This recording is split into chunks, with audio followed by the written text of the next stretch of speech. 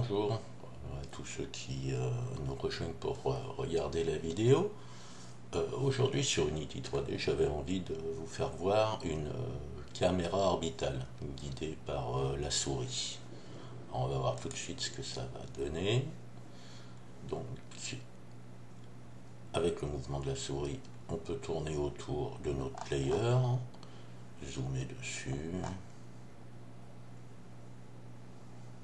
Voilà.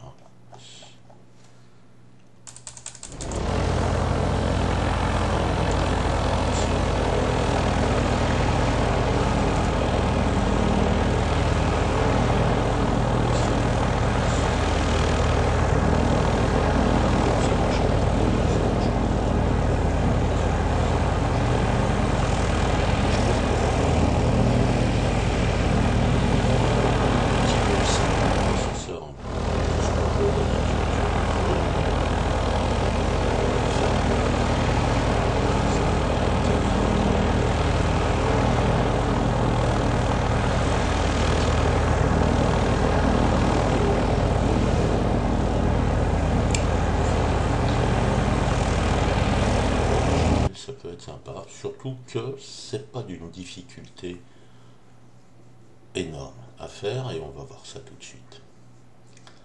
Donc généralement ce qu'on fait, c'est que sur notre player, on va dire, on rajoute une caméra. Voilà, une caméra donc classique, mais avec un petit script. Ici c'est Mouse Orbit Script et on va regarder à peu près comment fonctionne ce script. Donc déjà ici on peut voir qu'il faudra déclarer la cible de la caméra, donc le joueur, une distance, c'est la distance qui sera maintenue donc entre la caméra et la cible. Les vitesses en X et en Y, ça c'est la sensibilité de la souris quand on va tourner autour. Et les limites de la caméra, c'est les limites de la rotation en X.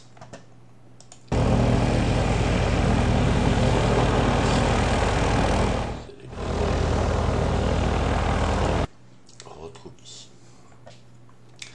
Alors un petit tour sur le script. Voilà. Donc là, je ne peux pas le mettre plein écran, mais vous l'aurez si vous voulez le copier. Donc, Mouse Orbit, la cible à suivre en public transform, la distance entre la caméra, là aussi une valeur publique, comme on l'a vu tout à l'heure, la sensibilité de la souris en X et en Y. Par défaut, moi j'ai mis, j'ai mis 250-120, mais ça nécessite de faire des essais, parce qu'en fonction des machines, des fois on peut, c'est trop rapide ou trop lent, donc ce sera à vous de faire vos essais. Et puis la limite de la rotation, donc la rotation qui sera limitée entre -20 et +80. Ça sert à rien de faire des rotations de 360 degrés, déjà vous ne pourrez pas. Et en plus, ça apporte rien. Donc sur la fonction de start, on définit une variable angle comme étant donc les valeurs de l'angle de la caméra.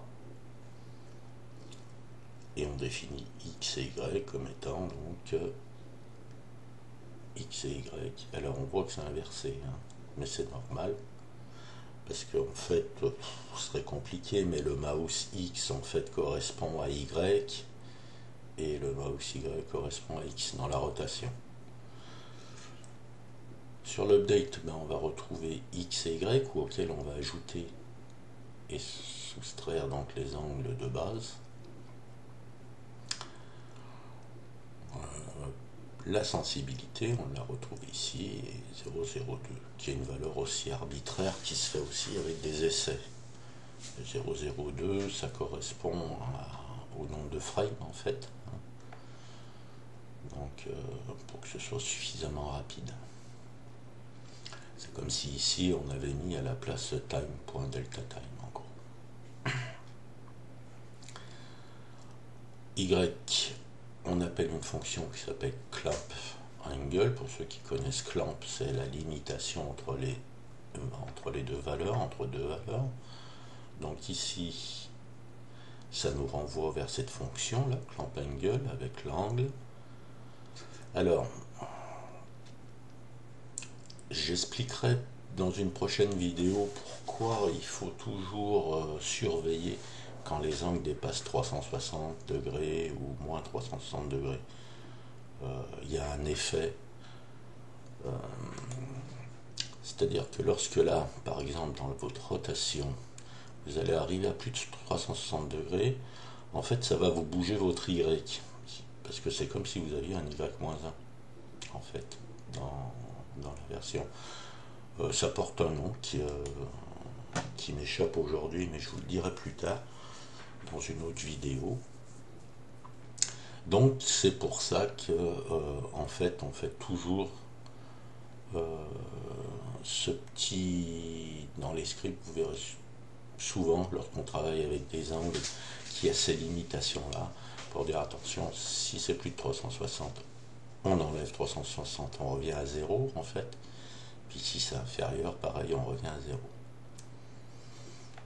Et il faudra que je retrouve, mais peut-être que vous le connaissez cet effet. Et en fait, voilà. Parce que si vous faites donc 180 degrés d'un côté, c'est comme si vous aviez -1 en Y, quoi. Mais on verra ça dans un tuto, ça peut être intéressant. Ensuite, donc, du coup, si on continue, une fois qu'on a clampé notre valeur d'Y, donc on l'a limité,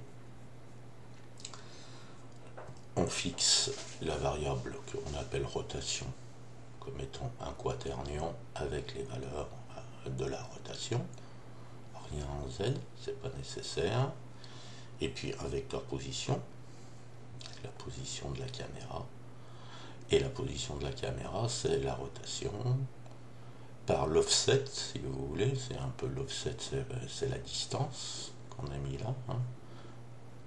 Donc la distance entre la cible et la caméra. Donc c'est ce qui va nous permettre de tourner autour en fait. Et puis ensuite donc pour zoomer, on va prendre le scroll wheel, voilà, mouse, hein. Alors tout ça, ouais, vous connaissez ça par cœur, hein, c'est dans les inputs, scroll wheel. Vous avez mouse X, mouse Y.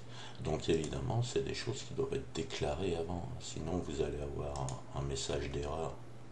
Lorsque vous allez compiler votre programme, il va dire ça n'existe pas et tout ça. Donc sachez que pour que ça existe, il faut les créer donc là, dans l'input manager.